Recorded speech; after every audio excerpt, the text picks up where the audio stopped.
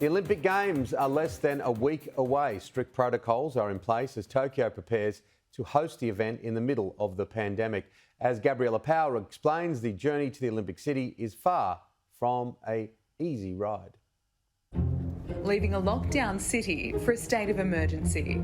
It is 6:30 in the morning. We're in a taxi on our way to the airport. As you can see, we have a lot of luggage with us, all our camera equipment. We are coming from the red hot zone of Sydney. We've already had 2 flights cancelled to Melbourne. We have our border entry permit with us to get into Victoria, and that is our first stop on our way to Tokyo. The domestic terminal is a ghost town. We are on the plane and we are just about to take off. I'll just show you how many people are on this flight. As you can see, there are not too many as the border to Victoria is shut. But in just over an hour's time, we'll be touching down in Melbourne. Authorities patrolling arrivals. It's 2 o'clock in the afternoon and we are at the departure gates at Melbourne's International Airport. When we touched down in Melbourne, we had to show our border travel permit, and we had authorised officers escort us to the international terminal and wait with us for the last 4.5 hours. We just checked in on Singapore Airlines, and in order to check in, we had to prove that we have tested negative to COVID-19 twice. That is part of our documentation that we have here. And now we're about to leave the country.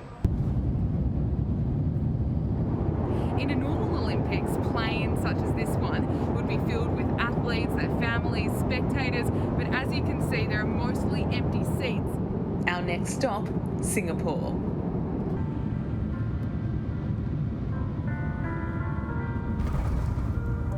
We're in Singapore. It is midnight. Our flight has been delayed only by 45 minutes though, so we haven't been waiting as long as Tony here. Tony, how long have you been waiting for?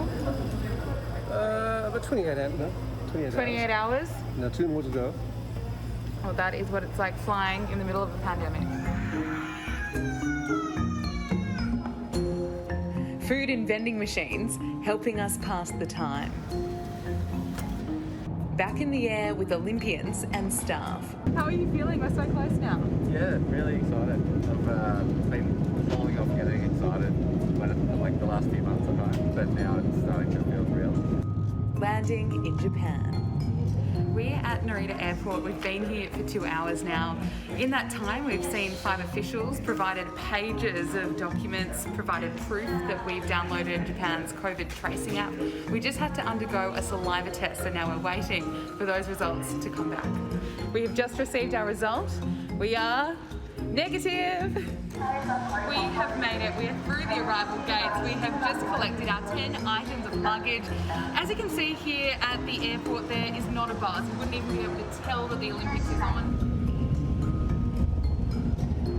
35 hours later, and we have finally made it to our hotel. Come and take a look. As you can see, it is pretty tight, but for the next 14 days, we are only allowed to be here and a pre-approved Olympic venue, and that is to keep athletes and locals here safe and protected from coronavirus.